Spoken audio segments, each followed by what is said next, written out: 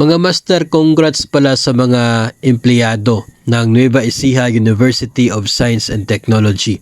Dahil ngayong araw nakatanggap sila ng kanila pong SARO, ito pong Special Allotment Release Order para sa PBB 2022.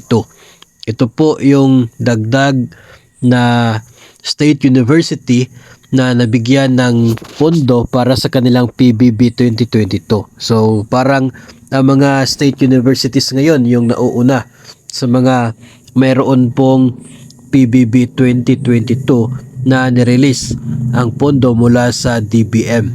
So sa Nueva Ecija University of Science and Technology. Other agencies ay wala pa po, wala pa tayong update kung kumusta yung estado. Hindi pa rin available sa website ng PBB Secretariat ang mga scorecards para sa PBB 2022.